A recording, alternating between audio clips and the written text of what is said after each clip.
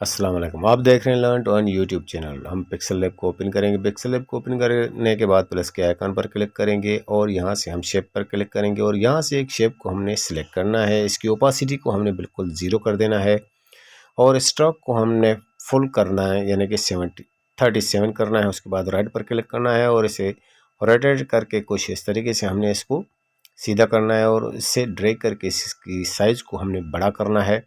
यहाँ पर फिर सेकंड वाले ऑप्शन पर आना है, इसकी एक कॉपी बनानी है। लेयर पर क्लिक करना है और यहाँ से इस एक कॉपी को हमने अनविजिबल कर देना है और दूसरी मर्तबा हमने शेप को एक और ऐड करना है और उसको कुछ हमने इस तरीके से रोटेट करके यहाँ पर हमने अपने इस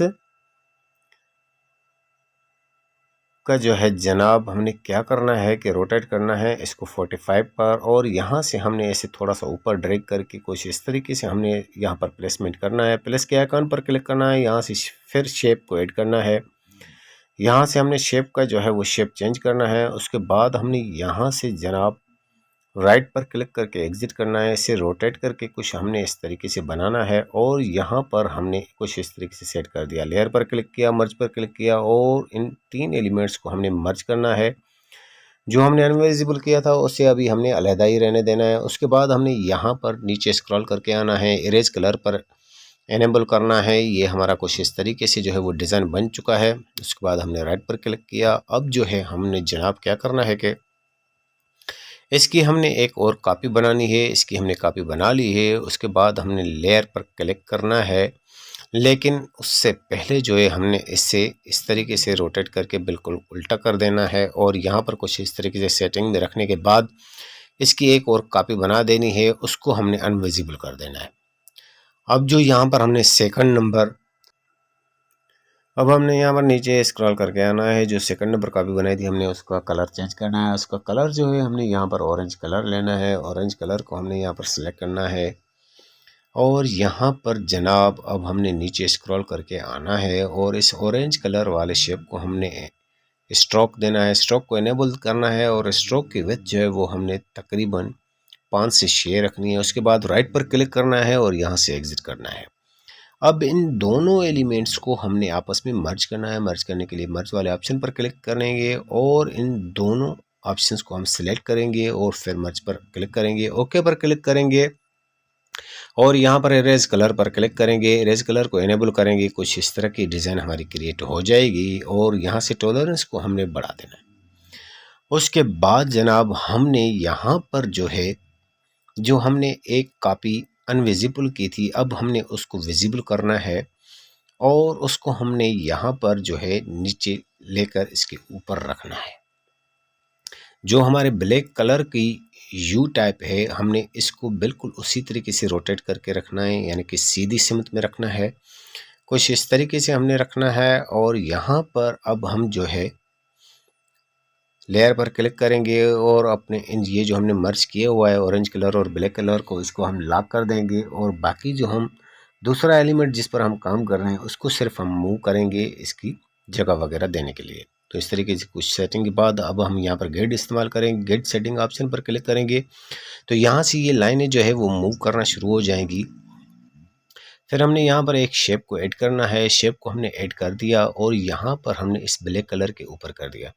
अब ये जो ब्लैक कलर का एलिमेंट है इसको और इस सफ़ेद वाले एलिमेंट को हमने आपस में मर्ज करना है। मर्ज के ऑप्शन पर क्लिक करना है, ओके पर क्लिक करना है और अब हमने यहाँ पर इरेज कलर के ऑप्शन पर इरेज कलर को एनेबल करना है।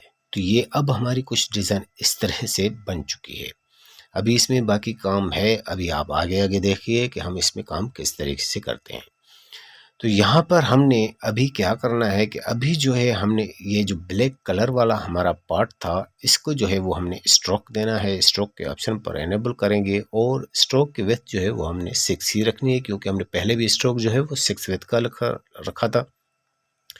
उसके बाद अब इन दोनों एलिमेंट्स को आपस में मर्ज करना है। मर्ज करने के बाद यहाँ पर इरेज कलर पर क्लिक करना है और इरेज कलर को एनेबल करना है। अब ये हमारे लोगों की डिज़ाइन कुछ इस तरीके से बन चुकी है।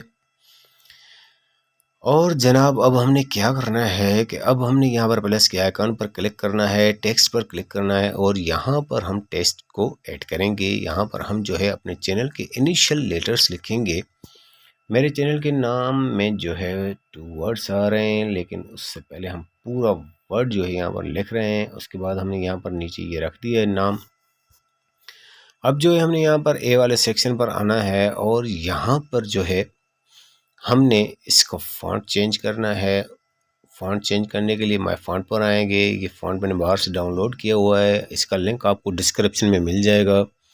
इसे ड्रैग करके हमने यहाँ पर कुछ नीचे अपने लोगों के इस तरीके से सेट करके रखना है।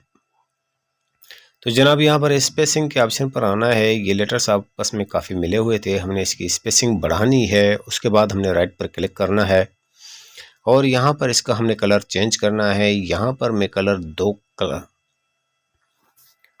उसके बाद हमने स्ट्रोक को इनेबल करना है और स्ट्रोक में यहाँ से इसको ऑरेंज कलर कर दूंगा। स्ट्रोक की विड्थ जो है वो मैंने कम करनी है और यहाँ पर मैंने 2 स्ट्रोक की विड्थ कर दी है।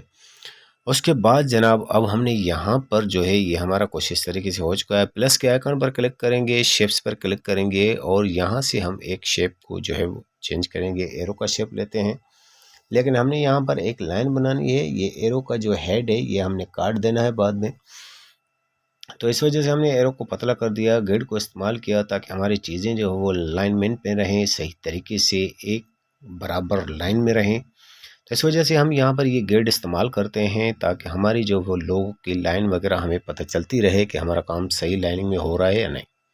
तो उसके बाद हमने जो है ये लाइन का कलर चेंज करना है। जो हमने शेप ऐड किया था उसका जो है हमने कलर यहाँ पर सिलेक्ट करना है, ऑरेंज कलर। ऑरेंज कलर को यहाँ पर हम सिलेक्ट करेंगे। ऑरेंज कलर को सिलेक्ट करने के बाद जनाब हम राइट पर क्लिक करके यहाँ से एग्जिट करेंगे। तो ये हमने यहाँ से ब्लैक कलर ले लिया है और यहाँ पर शेप पर क्लिक किया है, क्योंकि हमने इस लाइन की हेड को जो है जो एरो टाइप थी उसको हमने ख़त्म करना है। तो यहाँ पर एक शेप ऐड करके उसको इस एरो के साथ मर्ज करना है। रेज कलर पर क्लिक करना है और यहाँ से रेज कलर को इनेबल किया। तो अब ये इस एरो की हेड जो है वो ख़त्म हो चुकी है। इसको बाद कुछ इस तरीके से हमने सेटिंग करनी है, इसकी एक और कॉपी बनानी है और उसको हमने इस लाइन के नीचे रखना है। फिर लेयर पर क्लिक करके इन तमाम एलिमेंट्स को हमने आपस में मर्ज करना है। उसके बाद जो है जनाब हमने मर्ज वाले ऑप्शन पर क्लिक करना है और ऊपर क्लिक करना है। कुछ इस तरीके का ये हमारा जो है यहाँ पर एलिमेंट बन चुका है। अब हमने यहाँ पर अभी थोड़ा और काम करना है। तो अब जनाब आती है बारी जो है वो हमारे बैकग्राउंड की। बैकग्राउंड वाले ऑप्शन पर क्लिक किया। बैकग्राउंड में इसका कलर चेंज करूँगा, तो कलर यहाँ पर ये मैंने इसका सिलेक्ट कर दिया है। इसका ये कलर सेलेक्ट करने के बाद अब बारी आती है इसे सेव करने की। तो सेव वाले ऑप्शन पर हमने क्लिक करना है।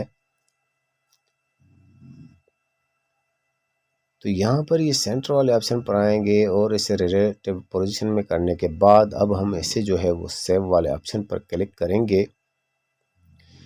तो यहाँ से सेव एज इमेज पर क्लिक करेंगे। सेव एज इमेज पर क्लिक करने के बाद जनाब हम यहाँ पर डिफ़ॉल्ट पर क्लिक करेंगे और यहाँ से हमने अल्ट्रा को सिलेक्ट करना है और सेव टू गैलरी करना है। ये हमारा लोगो बन के तैयार हो चुका है।